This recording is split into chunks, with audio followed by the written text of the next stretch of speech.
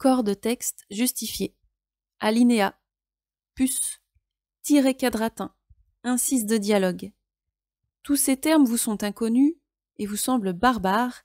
Pas de panique, nous allons voir ensemble comment préparer au mieux votre fichier. Bonjour, je suis Mérima, autrice indépendante et correctrice professionnelle, et sur cette chaîne, je réponds aux questions qu'on me pose le plus souvent sur mes prestations. C'est parti!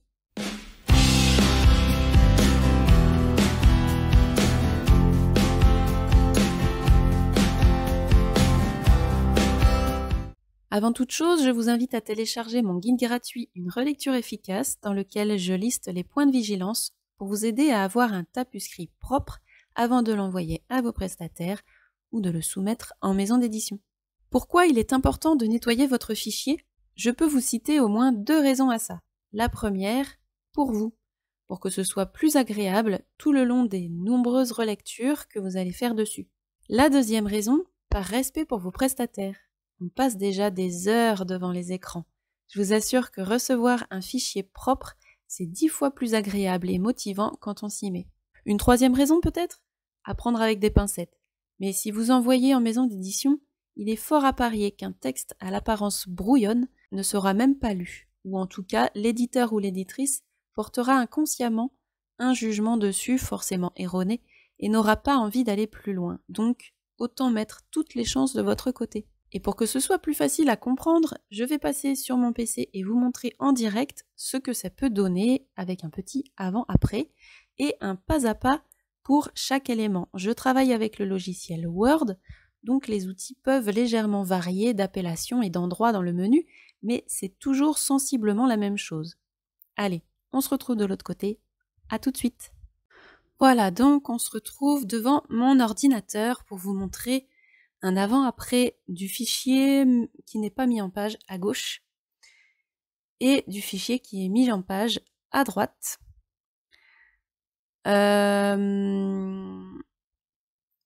Donc voilà, je vais détailler avec vous les 10 points à voir absolument pour avoir un fichier correct. Donc, c'est parti. Donc, je vous mets celui-ci en grand. La première partie, c'est de justifier le texte. Donc, pour ça, il suffit de sélectionner le texte en question. Alors, moi, je vais travailler que sur la première page parce que sinon, ça va être très long. Vous pouvez sinon faire CTRL-A sur votre clavier. Et puis, vous voyez ici les différents outils de paragraphe. Il vous suffit de cliquer sur « Justifier ». Ensuite, il est important d'utiliser une police lisible et pas trop petite. Donc voilà, il s'est directement mis comme il faut. Il vous suffit tout simplement, encore une fois, de sélectionner le texte que vous voulez. On verra plus tard un raccourci qui permettra, un outil qui permettra d'avoir de gagner du temps par rapport à la mise en page. Donc là, vous sélectionnez le texte et vous sélectionnez la police que vous souhaitez. En général, c'est Times New Roman. Ça peut également être du Garamond. Je vous déconseille le Comics en MS qui est vraiment très moche. Une fois que c'est fait, vous pouvez aussi régler la taille. Alors la taille, c'est ici. 12, c'est très bien. Vous pouvez aussi augmenter juste avec ces 2 petits outils-là pour augmenter ou pour réduire. Et vous voyez que le petit chiffre s'affiche juste là. Alors, juste avant, je vous parlais des styles. Donc, justement, les styles, c'est ce que vous voyez ici, affiché en haut, et qui va permettre de mettre en forme votre texte ou une partie du texte comme vous le souhaitez. Et vous allez donc gagner du temps. Par exemple, pour les titres, ici, on voit qu'il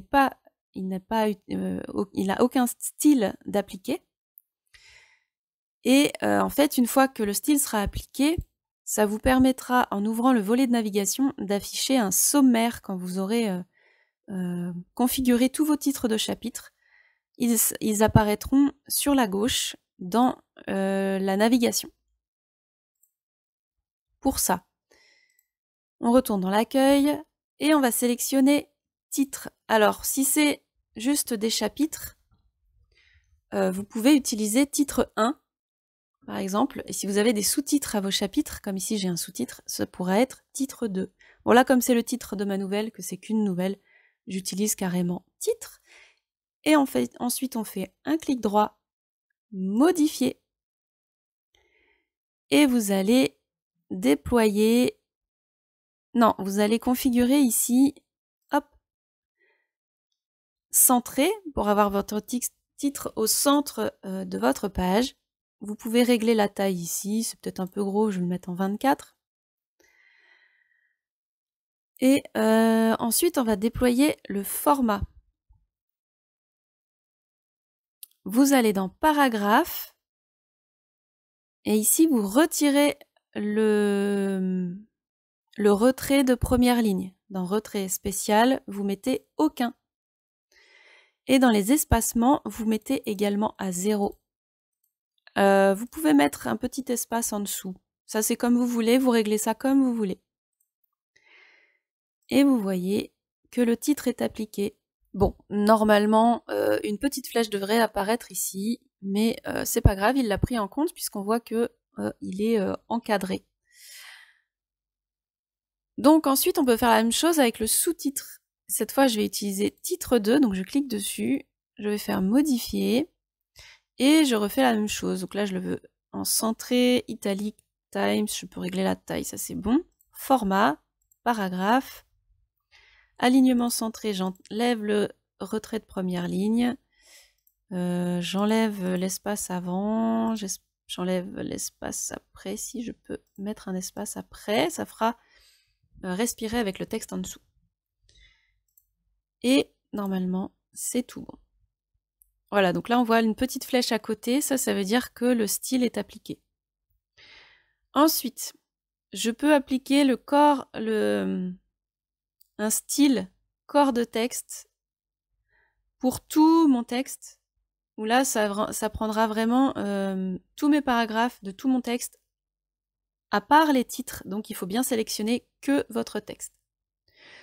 Donc je vais dans Modifier, je vérifie que je suis bien en Times 12, Justifier, et là je développe Format paragraphe, je vais dans Retrait de première ligne. Moi je l'ai configuré à 0,8, vous pouvez mettre à 1,25, je crois que de base il est à 1,25. Vous pouvez mettre 0,5, vous mettez l'espace que vous voulez. En fait, ça évite d'avoir un alinéa à chaque début de paragraphe, parce que l'alinéa, vous pouvez le configurer après avec les réglettes en haut, mais ça fait perdre du temps. Donc là, vous avez directement la même dimension partout. Vous enlevez les espaces avant-après, parce qu'il n'y en a pas besoin, et vous mettez en simple, en 1,5 ou en double, selon ce que vous voulez pour votre confort de lecture. Ça, c'est pour la version finale, je mets en simple. Et on est bon. Et normalement, c'est appliqué à tout le texte. Non, c'est pas appliqué à tout le texte. Pourquoi c'est pas appliqué à tout le texte? Voilà, il faut cliquer dessus. Donc on voit qu'il y a un bout de texte qui n'a pas été pris en compte. Hop, voilà. Alors, non, c'est pas ça que je voulais faire. Hop. Voilà. En fait, j'avais mis ici... Ah oui, donc je vous montre avec l'outil. Je sais pas comment ça s'appelle, ce petit truc-là. Ça vous permet de voir si vous avez mis des espaces en trop, notamment. Par exemple, ici, ça, c'est le symbole que j'ai un espace. Donc je peux enlever l'espace. Qui sert à rien puisque je l'ai configuré ici avec mon style de sous-titre. Ensuite, ici, je vois tous les petits points qui sont là, ça n'apparaît pas à l'impression. Hein, ce sont juste des caractères typographiques. Donc ça, ce sont des espaces en trop, je les enlève. Inutile de faire des espaces. Ça vous fait gagner un temps monstre, vous n'avez même pas idée. Je sais pas où je l'ai mis ailleurs. Non, c'est bon. Donc ça, c'est bon. J'ai empiété sur la partie d'après, retrait de première ligne. mais on va enchaîner parce qu'en fait, tout va ensemble dans la typographie. Donc j'enlève ça, on voit mieux. Et j'enchaîne avec les tirets quadratins cette fois. Donc vous voyez que mes tirets de dialogue ici, j'ai mis des simples tirets.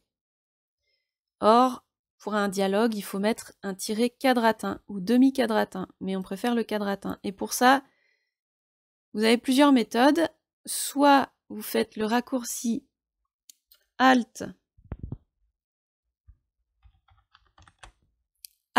0151 en maintenant la touche Alt et le pavé numérique 0151 et vous relâchez tout et le caractère apparaît. Soit, ensuite vous pouvez juste faire copier-coller, c'est plus simple. Soit vous allez dans Insertion, vous sélectionnez le petit tiret, vous allez dans Insertion, Symbole. Moi je l'ai déjà, il est là, hein, c'est un demi-quadratin. Vous allez dans Autre symbole. Ça va être dans quoi? Ah bah ils sont là, dans Caractères spéciaux, tiret quadratin. Vous voyez, il vous donne un autre raccourci aussi. Alt, CTRL et moins du pavé numérique. C'est vrai que j'ai jamais... et vous faites insérer. Moi, je l'utilise jamais. Je vais voir si ça fonctionne.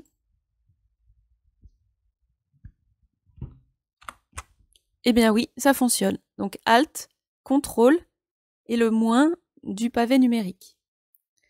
Ce sont des raccourcis que vous pouvez configurer, je crois, vous-même.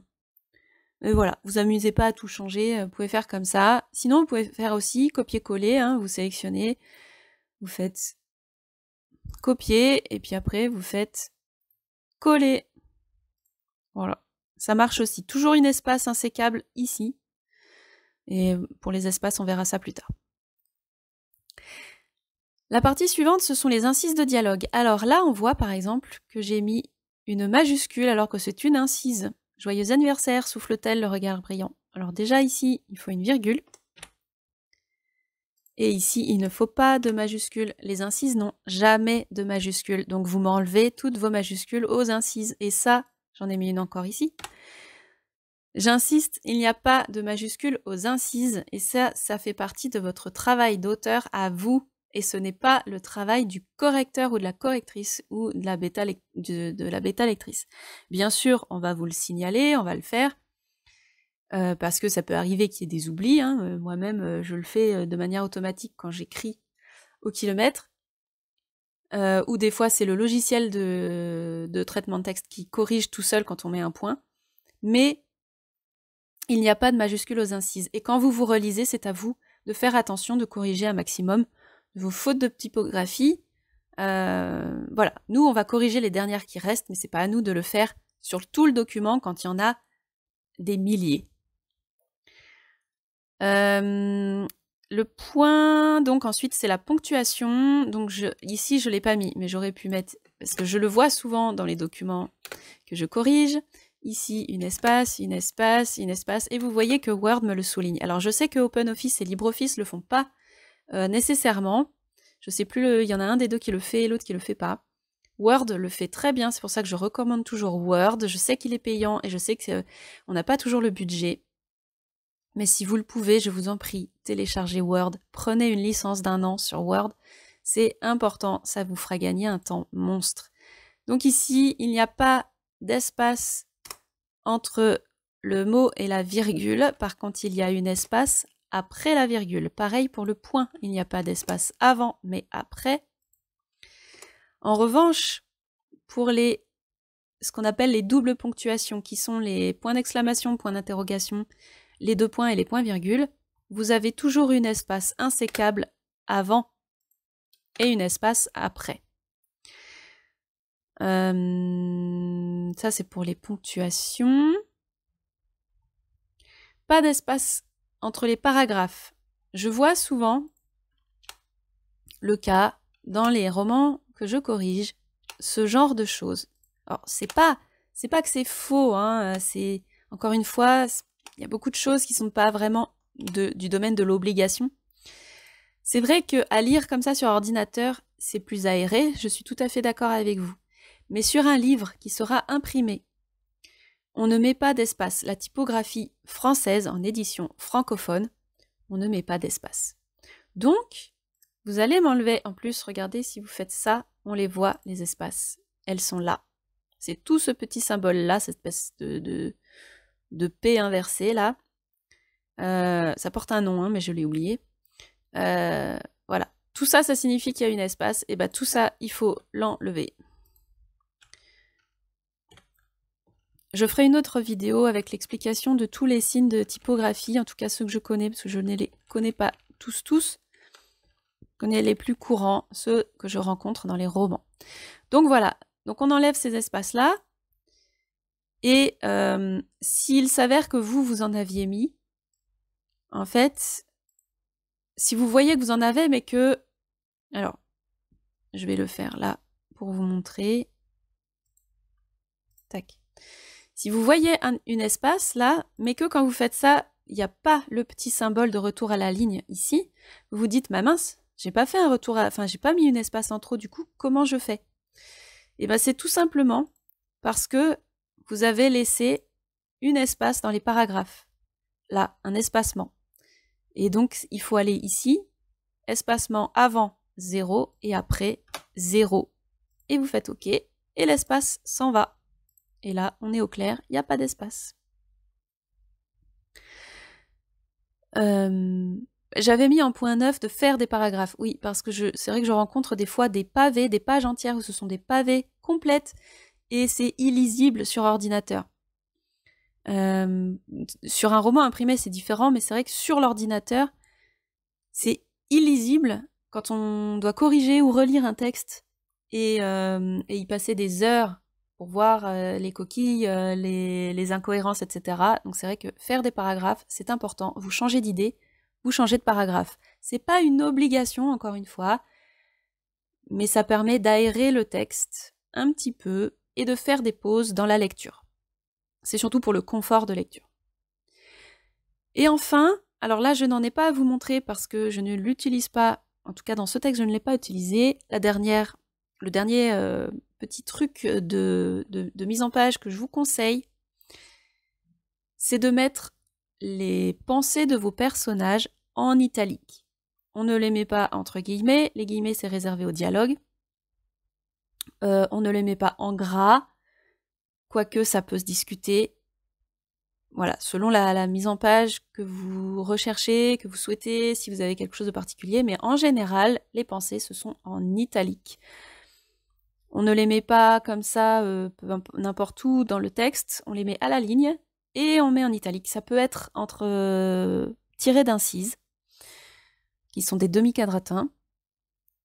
Parfois, c'est entre parenthèses, mais moi, j'aime pas les parenthèses dans les romans. Donc après, voilà, ça reste au choix de l'auteur. Ça, c'est vraiment juste un petit conseil. Si vous savez pas comment mettre en forme les pensées de vos personnages, si vous écrivez à la première personne ou à la troisième personne et que vous mettez des pensées de personnages entre deux, vous pouvez utiliser l'italique. C'est encore le plus couramment utilisé et le plus facile à comprendre pour le lecteur.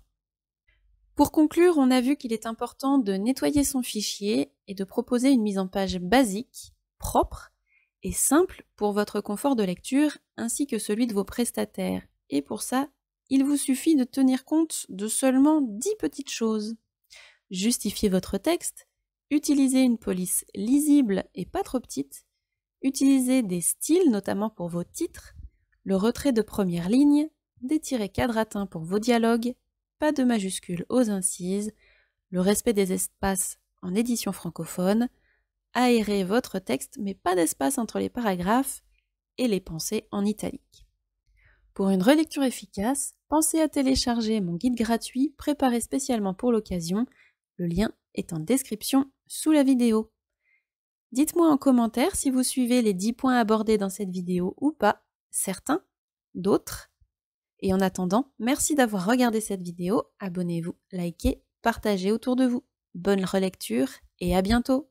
Ciao, bye bye.